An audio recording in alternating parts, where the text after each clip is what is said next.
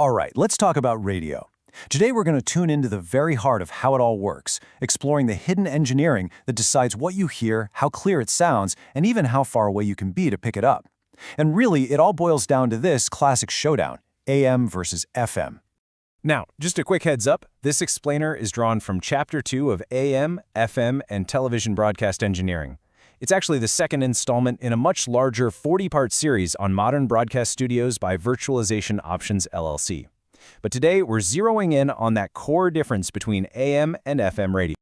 I mean, you've totally noticed this, right? You tune into one station and you get this super crisp, clear music, but then you flip the dial and suddenly you're listening to a talk show that sounds like it's coming from a whole other state, maybe with a little bit of static. Well, that's no accident. It's a very, very deliberate engineering choice. So what's the deal? How does it all work? To really get the difference between AM and FM, we've got to follow this signal on its entire trip. It's basically a 5-step journey that starts with a voice in a studio and ends with the antenna on your radio. So, our story begins where every single broadcast does, inside the studio.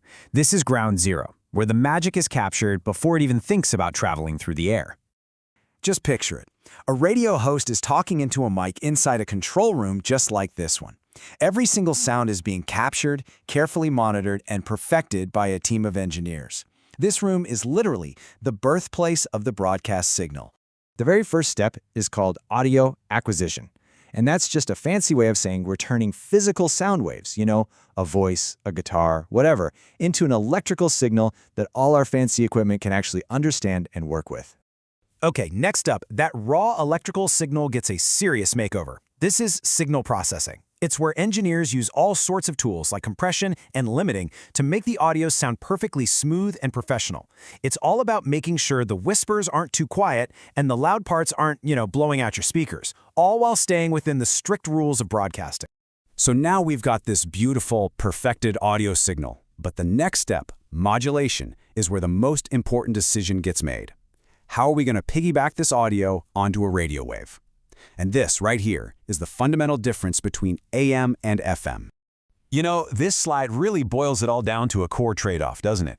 With AM radio, you're going for long range, but the catch is it's way more vulnerable to noise. FM, on the other hand, gives you that gorgeous high-fidelity sound, but you're not going to hear it from as far away. It's the classic engineering puzzle, reach versus richness.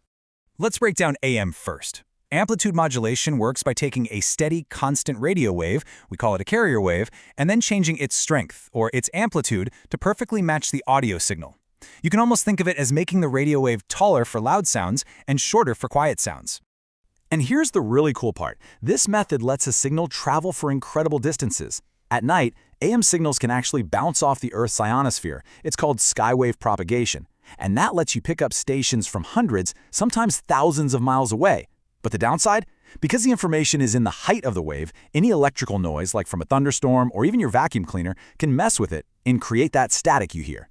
That's why it's so great for talk radio, where getting the message out far and wide is way more important than perfect sound quality. Now, let's flip over to FM. Frequency modulation does something totally different. Instead of messing with the wave's strength, it keeps the strength perfectly constant, but it changes the frequency, basically how close together the waves are. A high-pitched sound might scrunch the waves closer together, and a low-pitched sound would spread them out.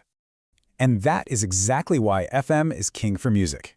Since the amplitude isn't carrying the information anymore, the signal is way more resistant to that electrical noise. The result is that clean, high-fidelity stereo sound we all love.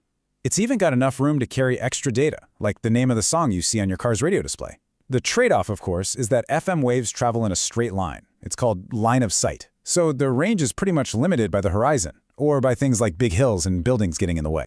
So our signal is polished, it's modulated, but it's not actually on the air just yet. We're in the home stretch now. The final steps are all about getting it from the studio to the big antenna, and then finally out to you. This next step is called the Studio Transmitter Link, or STL for short. Think about it. Radio stations want their big broadcast antennas on top of a mountain or a super tall tower to get the best coverage. But the studio itself is probably somewhere downtown. The STL is the vital link that zaps the finished signal from that downtown studio to the remote transmitter. And a lot of times they use a dedicated microwave link, just like this. And finally, we're at the transmitter site. Here, that little signal gets a massive power boost. I mean, it is amplified like crazy and then fed into the antenna, which radiates those radio waves out into the world, just waiting to be picked up by your radio. And with that, the journey is finally complete. Okay, so we follow the signal from start to finish. But let's switch gears for a second and talk about what it takes to keep that signal on the air 24/7. From an IT perspective, broadcast engineering is on another level. It operates under these incredibly demanding standards that are just worlds away from what you'd find in a typical office network.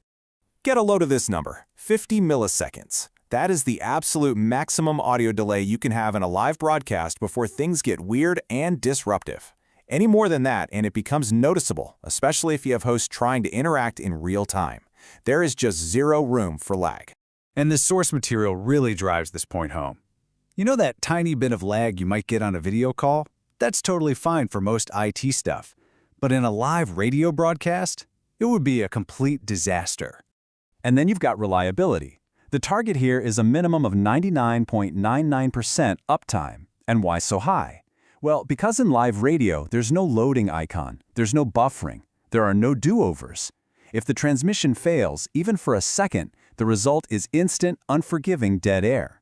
The pressure to keep that signal going is just immense. So as we see radio technology keep evolving, moving into the digital world with stuff like audio over IP, it leaves us with a really fascinating question. This fundamental trade-off that has defined radio for a century, that choice between the rich quality of FM and the incredible reach of AM, is that always going to shape what we hear? Or will new technologies finally let us have it all? It's definitely something to think about the next time you're scanning the dial.